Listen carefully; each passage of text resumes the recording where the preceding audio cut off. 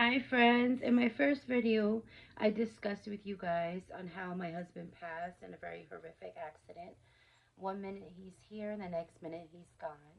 So I've been 10 years as a widow and it feels like it happened yesterday.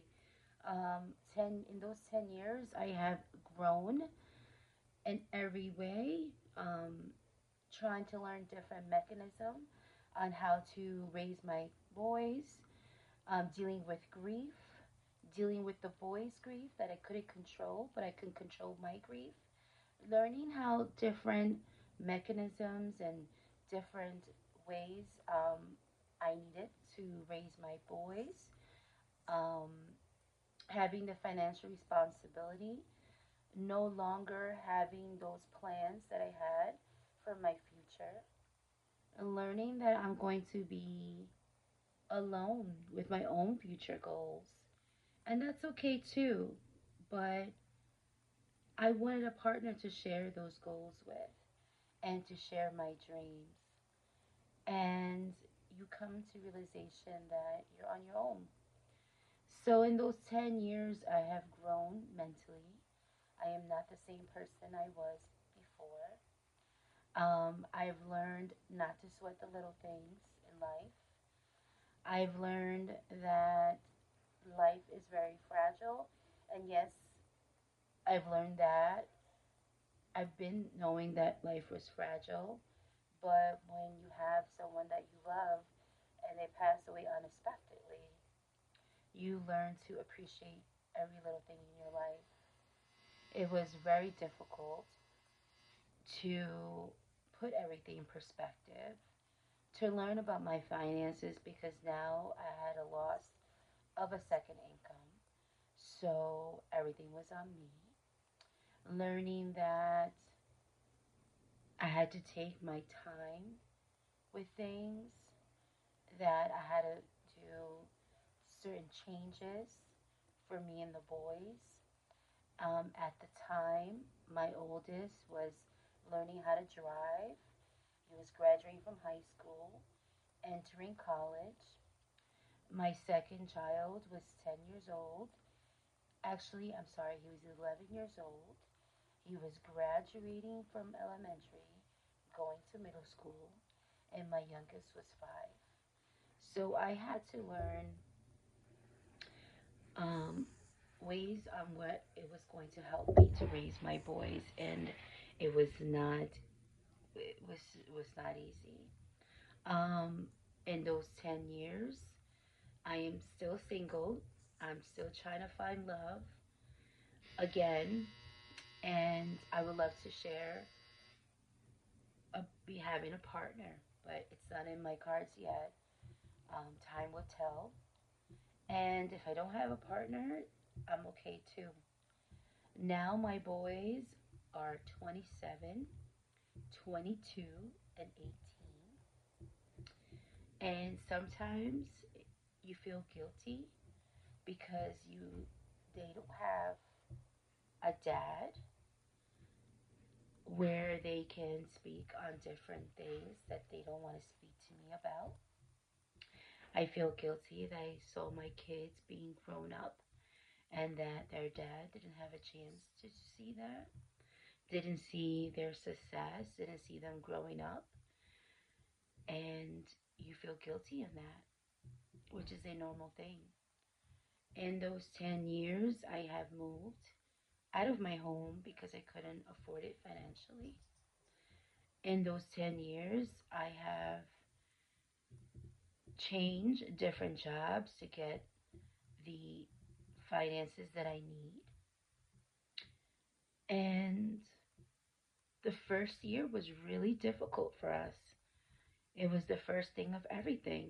The first thing of his birthday, the first year of the boy's birthday without their dad, the first year of anniversary that we had no longer to celebrate, first year of the holidays without him. It was extremely difficult. And to learn that he's no longer going to share those holidays and that you have to make new memories it becomes very challenging. And you always have your moments where you are grieving that never goes away. But what you do is you learn to,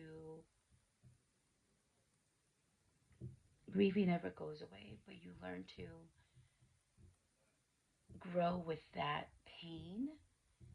And as years go by, you have a tremendous strength that there's no, that you need to go forward. Um, that you need to learn to have a joyous life without the person that you wanted to have a future with, the person that you wanted to grow old with. So now becomes a different life for you, and you have to learn to accept your new life and go forward no matter what. So, and learning that change, learning different changes and accepting those changes, it takes time for you to heal from those stages of your life, but you get better within time. With all your healing, you have to take a moment to heal for yourself. Um, I learned different things about myself that I never knew about me, and you get to admire the new person that you are because you have this strength within you that you thought you never would have. And I promise you, if you're going through this, you are going to see the light at the end of the tunnel. You just learn how to live with your pain because your pain never goes away. And grieving never goes away either. It just becomes part of your life. And there's different times where you go back to your grieving, and that's okay because it's okay. As long as you know what you need in order to go forward. And I share with you guys this content because it's not an easy thing to lose your loved one. And I want to say to you guys, you're not alone. In these 10 years, there was a lot of things that happened to me. I've lost my sister, my older sister, during the pandemic. As you know, the world was shutting down and there were so many things that were happening around the COVID. So everybody was facing COVID. I was not the only one. And losing a sibling unexpectedly was a tremendous pain as well for me.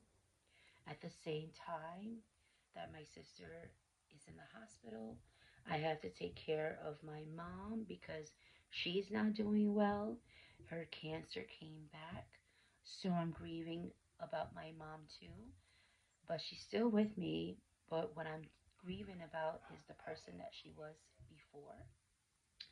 So when my sister passed, I had to take care of my mom because her cancer came back. And when you don't have any family support and it's only you, it becomes very challenging, very mentally exhausting. You try to see where you can help because now she had to take chemo infusions for her cancer. Then from there, it just trickled down that she had so many health issues. Then she lived with us for 4 years, and my second oldest helped me out with her medical appointments because she couldn't miss any appointment. And then I still dealing with all different types of illnesses from her surgeries. So it has been very heavy on me. And learning on using my resources for a caretaker. My mom fell down and I was at work. And when I I came home, her wrist was fractured. So I had to go back to the emergency room. Then she had a bunch other events that happened to her. And I decided that I can't no longer help her because now it's out of my, I just can't help her because I have a full time job and I have other responsibilities that I could no longer help my mom. And yes, I'm not her full caretaker. She is now in a facility where she can have 24-hour care, that the care that she has is the perfect care for her because I wouldn't be able to provide that for her. And those are decisions that you have to make as a caretaker, that you should know your boundaries, do family meetings and ways where you can share responsibility of your caretaker. In my scenario, I didn't have anyone to take care of my mom. It was just me. I had a part-time aide that would help out, and I had to deal with those changes as well because that was unexpectedly. I am dealing right now with my mom's home. It is taking me forever to clean out her home, but I've come a long way with that. So I'm putting it in the market because it's too much for her and it's too much for me to maintain. So we decided that I had to put the house for sale. It's just the best for the family. So I had to deal with that. I lost my dad and in the transitioning of everything else as well. I lost him in of June 20, geez, of 2023. So I had to deal with that and losing a parent that you haven't spoken to in decades because of things that there was a fallout, miscommunication. So dealing with that was not easy as well. Yes, I've known from family that my dad was sick for a long, long time. He had a triple bypass, and from there on, he just got very, very ill. And I never had the chance to say goodbye to him or have that closure. And I will discuss that in my next video about losing a parent. And if someone out there lost a parent, you know that it's such a painful loss, especially when you don't speak to them and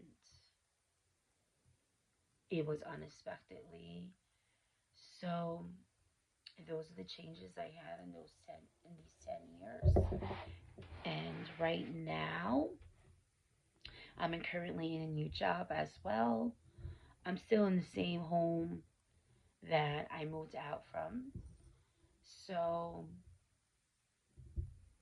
I've learned to accept things just the way they are, using my resources, um, learning that I can't do it all, learning that I can do one task at a time because, as well, I need my rest.